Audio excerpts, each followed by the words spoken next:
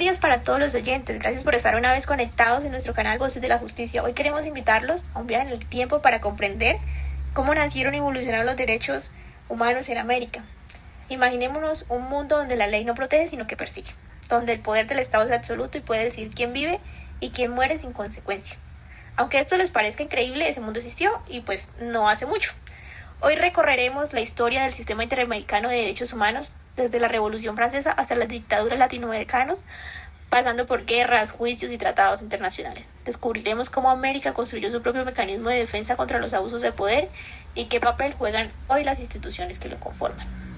Soy Margarita Vergel Álvarez, locutora de este espacio, y junto a las expertas en derechos humanos, Laura Rueda y María Fernanda Collante, exploraremos los momentos claves que marcaron la lucha por la justicia y la dignidad de nuestro continente. Acompáñenme en este recorrido por la historia y la justicia. Bueno, para entender este tema debemos empezar desde el principio y hacernos una pregunta muy importante. ¿Cuál fue el primer reconocimiento legal que tuvieron los derechos humanos? Hola Margarita, muchas gracias por la invitación. Sí, mira, uno de los primeros intentos de plasmar los derechos humanos en la legislación fue la Declaración de los Derechos del Hombre y del Ciudadano en el año de 1789, durante la Revolución Francesa. Este documento proclamó principios fundamentales como la igualdad y la soberanía popular. Pero si sabías que en un principio esos derechos no incluían ni a las mujeres ni a los esclavos. Fue un gran avance, pero todavía estaba muy incompleto. ¿En qué momentos se intentaron poner límites a la guerra? Sí, mira, esto se dio en 1899 en la Conferencia de La Haya, cuando se introdujo la cláusula de Martens. Esto estableció que aun cuando no existieran tratados específicos, los civiles y prisioneros debían ser protegidos por principios de humanidad y conciencia pública.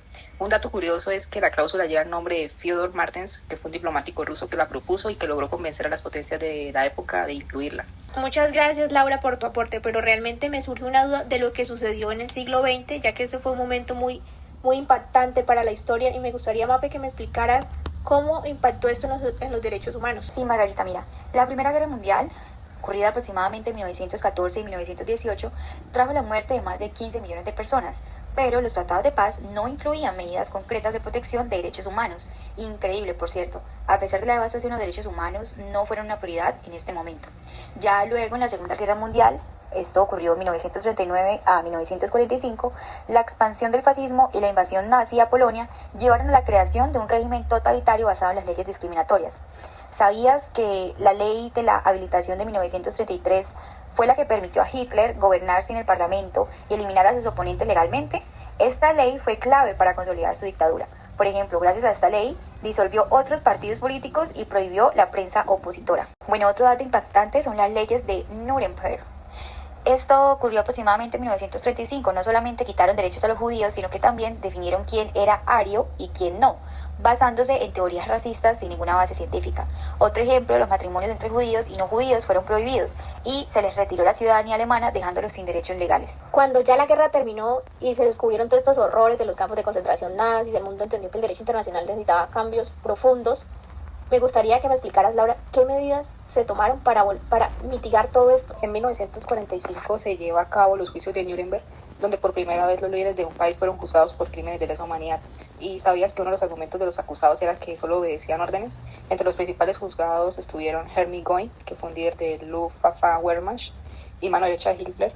Estuvo también Rudolf Hess, que se adjuntó en el partido nazi, y Joachim Ribbentrop, que fue ministro de Relaciones Exteriores, todos los condenados por crímenes de guerra y contra la humanidad. Este juicio estableció que la obediencia debida no es una excusa para violar derechos humanos. Y en 1948 la Declaración Universal de los Derechos Humanos estableció derechos fundamentales para todas las personas. Un dato curioso es que la primera dama de Estados Unidos, Eleanor Roosevelt, fue una de sus principales impulsoras. Y en América Latina, ¿cómo se desarrolló la protección de derechos humanos? ¿Y qué se entiende por Sistema Interamericano de Derechos Humanos?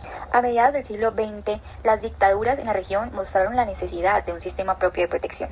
En 1948 se creó la Organización de los Estados Americanos, OEA, y en 1959 se creó la Comisión Interamericana de Derechos Humanos, que vigila y documenta violaciones de derechos humanos. ¿Sabías que la Comisión Interamericana de Derechos Humanos ha documentado miles de casos de desapariciones forzadas en dictaduras como las de Chile y Argentina? Ahora bien, podemos definir el sistema como el conjunto de preceptos, protocolos, lineamientos y procedimientos para garantizar la promoción y protección de derechos humanos únicamente en los estados del continente americano. Laura, realmente sé que nuestros oyentes en este momento están entendiendo todo lo que estás diciendo, pero después de todo esto vino la Corte Interamericana de Derechos Humanos. ¿Cuál es su función? Se estableció en 1979 y tiene la función de juzgar casos de violaciones de derechos humanos cometidos por los Estados miembros de la OEA. Un caso emblemático fue, como ejemplo, el de Velázquez Rodríguez versus Honduras de 1988, que estableció la responsabilidad de los estados por desapariciones forzadas. Muchas gracias. Finalmente, María Fernanda, me gustaría que me explicaras cómo a lo largo de la historia los tratados internacionales han sido una herramienta clave para garantizar la cooperación entre los países y la protección de los derechos fundamentales hoy en día, ya que estos acuerdos permiten que los estados asuman compromisos en materia de derechos humanos y establezcan mecanismos de supervisión para su cumplimiento.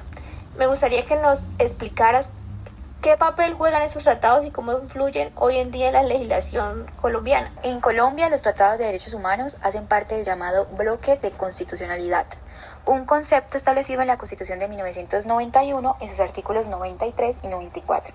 Esto significa que los tratados ratificados por el país tienen el mismo nivel de importancia que la Constitución, asegurando la protección de los derechos fundamentales. Te puedo dar un ejemplo, que es la sentencia T025 del 2004, donde la Corte Constitucional reconoció la crisis humanitaria a los desplazados internos en Colombia y ordenó medidas para proteger sus derechos basándose en tratados internacionales. Muchas gracias, María Fernanda y Laura. Sin duda alguna, esto fue hoy enriquecimiento, tanto para mí como para nuestros oyentes. Y antes de despedirnos, me gustaría que saquemos 3 conclusiones, y a mí me gustaría sacar una muy importante, y es que la protección de los derechos humanos ha sido un proceso muy largo y ha sido marcado por conflictos, luchas, tanto desde la Revolución Francesa hasta la actualidad. El sistema interamericano de derechos humanos ha sido clave para garantizar justicia en América Latina, permitiendo que víctimas de violaciones encuentren protección más allá de sus propios estados.